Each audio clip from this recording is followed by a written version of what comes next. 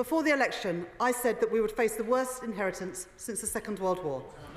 Taxes at a 70-year high, debt through the roof, an economy only just coming out of recession. Mr. Speaker, I knew all of these things. I was honest about them during the campaign, and the difficult choices that it meant. And the British people knew them too. That is why they voted for change. But upon my arrival at the Treasury 3 weeks ago, it became clear that there were things that I did not know. Mr. Speaker, the government published its plans for day-to-day spending in the spring budget in March.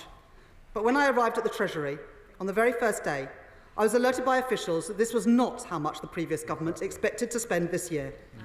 It wasn't even close. In fact, the total pressures on these budgets across a range of areas was an additional £35 billion. Once you account for the slippage in budgets you usually see over a year and the reserve of £9 billion designed to respond to genuinely unexpected events, it means, Mr. Speaker, that we have inherited a projected overspend of £22 billion. If left unaddressed, it would mean a 25% increase in the budget deficit this year. So I will today set out the necessary and urgent work that I have already done to reduce that pressure on the public finances by £5.5 billion this year and over £8 billion next year. We have already seen official ONS figures this month showing that borrowing is higher this year than the OBR expected. And the disaster of Liz Truss's mini-budget shows what happens if you don't take tough decisions to maintain economic stability. Some, including the Leader of the Opposition and the Shadow Chancellor, have claimed the books were open. How dare they? It is not true.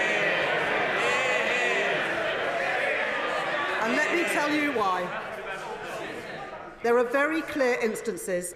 This level of overspend is not sustainable. Left unchecked, it is a risk to economic stability. And unlike the party opposite, I will never take risks with our country's economic stability. So it therefore falls to us to take the difficult decisions now to make further in-year savings. I'm announcing today that I will hold a budget on October the 30th, alongside a full economic and fiscal forecast from the Office for Budget Responsibility. I have to tell the House that the budget will involve taking difficult decisions to meet our fiscal rules across spending, welfare and tax.